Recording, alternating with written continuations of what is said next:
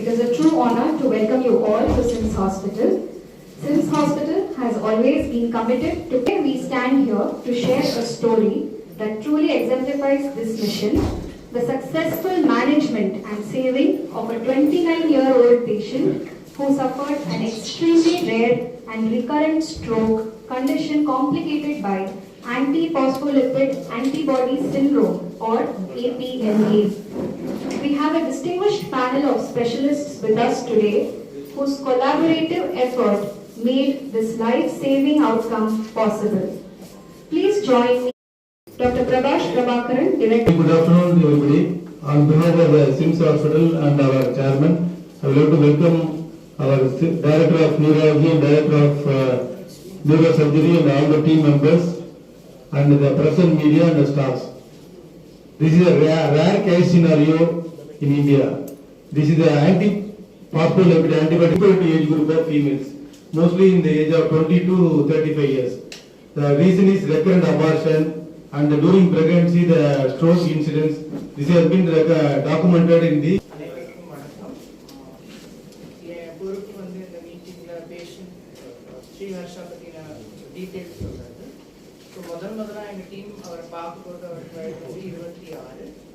So அப்போ எமர்ஜென்சில வந்தப்போ அவர் மயக்க நிலையில தான் வந்தார்.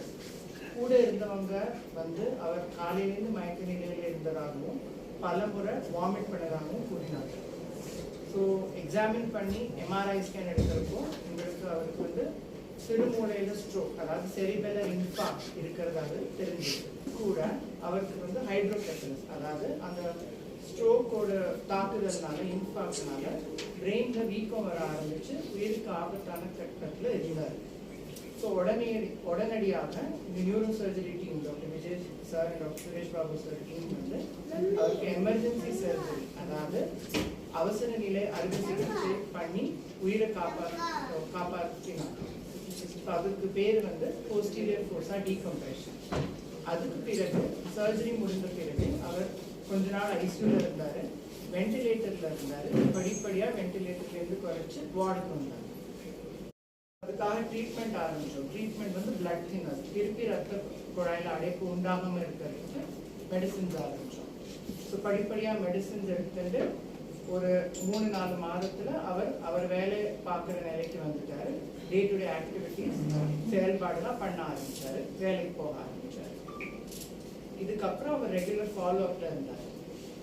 செகண்ட் டைம் அவர் அட்மிஷன் வரப்போ அவருக்கு என்ன சிம்டம்ஸ் இருந்துச்சுன்னா, அவருக்கு வந்து கொஞ்ச நேரத்துக்கு 10 நிமிடத்துக்கு ரைட் கை செயல்பாடு வரல, பேச்சு குடல் இருந்துச்சு. அது 2 முறை 10 நிமிடத்துக்கு இருந்துச்சு. அதோட ரைட் காலில் வலது காலில் வலியும் இருந்தது. ஸோ அவர் எக்ஸாமின் பண்ணி பார்க்குறப்போ அவருக்கு பேச்சு பாதிப்பு இருந்தது, ஸ்பீச் டிஃபிகல்ட்டி இருந்தது.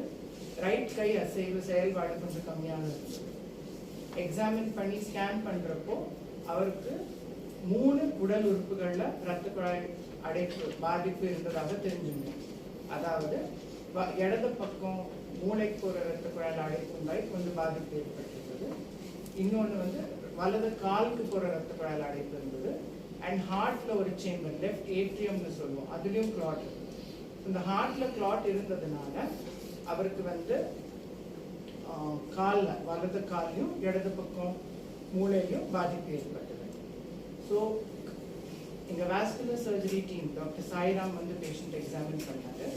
பார்த்துட்டு காலோட ரத்த குழாய் அடைப்பு நம்ம எடுக்கலைன்னா கால் நம்ம சேவ் பண்ண முடியாது, கால் காப்பாற்ற முடியாதுங்கிற அறிகுறிக்கு வந்தோம். அதுக்கு பிறகு ஒரு அவசர அறுவை சிகிச்சை, காலுக்கு எமர்ஜென்சி த்ராம்பெக்டமி, அதாவது ஆன்ஜியோ மூலமாகவே அந்த ரத்த குழாய் அடைப்பு கிளாட்டை எடுக்கிற ப்ரொசீஜர் பண்ணாங்க. அது பண்ணிட்டு ஏன் இது அவருக்கு மெடிசின்ஸ் எடுத்தும் ஏன் இது வந்ததுன்னு நம்ம கேட்குறப்போ தான் தெரிஞ்சது. 2 to 3 நாள் மெடிசின் எடுக்க அவர் தவறிட்டார். அதுக்கு பிறகுதான் இந்த சிம்டம்ஸ்லாம் அவருக்கு வந்தது. ஸோ இந்த சர்ஜரி பண்ணினப்புறம் அவருக்கு படிப்படியாக ஃபிசியோதெரப்பி அண்ட் மெடிகேஷன்ஸ் திருப்பி ரீஸ்டார்ட் பண்ணினோம். ரீஸ்டார்ட் பண்ணி படிப்படியாக அவர் இம்ப்ரூவ் ஆக ஆரம்பித்தார். ஒரு 2 மாதத்தில் சுயமா நடக்க ஆரம்பிச்சாரு. சுயமா நடக்கிறதுனா வித் சப்போர்ட் கொஞ்சம் கொஞ்சமா நடக்க ஆரம்பிச்சாரு. பேச்சும் நல்லா இம்ப்ரூவ்மெண்ட் ஆச்சு. ஒரு விழிப்புணர்வுக்காக தான் கொடுக்கணும். வேறு அட்வைஸ்மெண்ட் நினைக்கிறேன். மெயினாக பக்கவாதம்னு நம்ம ஸ்ட்ரோக் வந்து பக்கவாதம்னு சொல்கிறோம். அதில் நிறைய டைப் இருக்குது. இது ஒரு விசித்திரமான டைப் இதில். அதுவும் பக்கவாதம்னா யூஸ்வலாக வயசானவங்களுக்கு 60 வயசு 70 வயசு அவங்களுக்கு தான் வரும்னு நினைக்கிறோம். அப்படி கிடையாது. ஸ்ட்ரோக் இந்த யங் அது வந்து 10 to 15% ஸோ யங் பீப்புளை அதை அஃபெக்ட் பண்ணுது. யூஸ்வலாக ஸ்ட்ரோக்ங்கிறது லைஃப் ஸ்டைல் டிஸார்டர்னு சொல்கிறோம். BP, sugar, cholesterol, obesity, smoking அதெல்லாம் இருந்தால் இந்த மாதிரிலாம் வரும். பட் சில சமயத்தில் அந்த மாதிரி எதுவும் இல்லாமல் கூட வரலாம்ங்கிறதுக்கு இந்த பையன் வந்து ஒரு உதாரணம் இல்லை. ஒரு வியாதியை ட்ரீட்மெண்ட் கொடுக்கும்போது வருமுன் காப்போம், வரும்போது காப்போம், வந்தபின் காப்போம்னு சொல்லுவோம். இந்த வியாதிக்கு முதல்ல வரும்போது அவன் வருங்கிறதுக்கு காரணமே தெரியாது. அப்படி இருக்கும்போது அவன் வந்து வருமுன் காப்போம் அவனால் சொல்ல முடியாது. அதில் ஆனால் வந்த உடனே ஆஸ்பத்திரிக்கு வந்ததுனால நாங்கள் இதை ஆப்ரேஷன் பண்ணி அந்த மூளை வீக்கை வந்து மூளை தண்டை அமுக்கிட்டு இருந்துச்சு. அதை டாக்டர் விஜயசங்கரன் டீமில் வந்து ஆப்ரேட் பண்ணி அதை ரிலீஸ் பண்ணதுனால அவன் உயிர் படைச்சான்.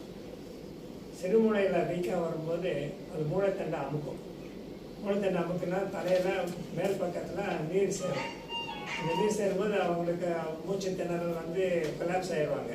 ஸோ அந்த சமயத்தில் நான் உடனடியாக அதை ஆப்ரேஷன் பண்ணி அந்த மூளை வீக்கத்தினால மூளைத்தண்டை அமுங்கிறத வந்து நம்ம நிறுத்திட்டோம்னா டீகம்ப்ரெஷன் சொல்கிறது பண்ணிவிட்டு அந்த நீர் போகிறதுக்கு அந்த ஒரு மாற்றுப்பாதை பண்ணிட்டோம்னா ஒரு உயிரை காப்பாற்றணும். ஸோ அதுதான் இந்த பையனுக்கு பண்ணது. ஸோ இவனை வந்து அந்த வரும் முன் காப்போன் பண்ணியிருக்கலாம், ஆனால் அது தவறி போயிடுச்சு. ஸோ இமீடியட்டாக வந்ததுனால அவனை வந்து காப்பாற்ற முடிஞ்சது. வந்தபின் காப்போங்கிறது வந்து நம்ம அதுக்கப்புறம்லாம் வந்து நம்ம ஃபிசியோதெரப்பி மெடிசன்ஸ் கொடுத்து அவனை எக்ஸசைஸ் பண்ணி பண்ணுறது தான் முக்கியமானது.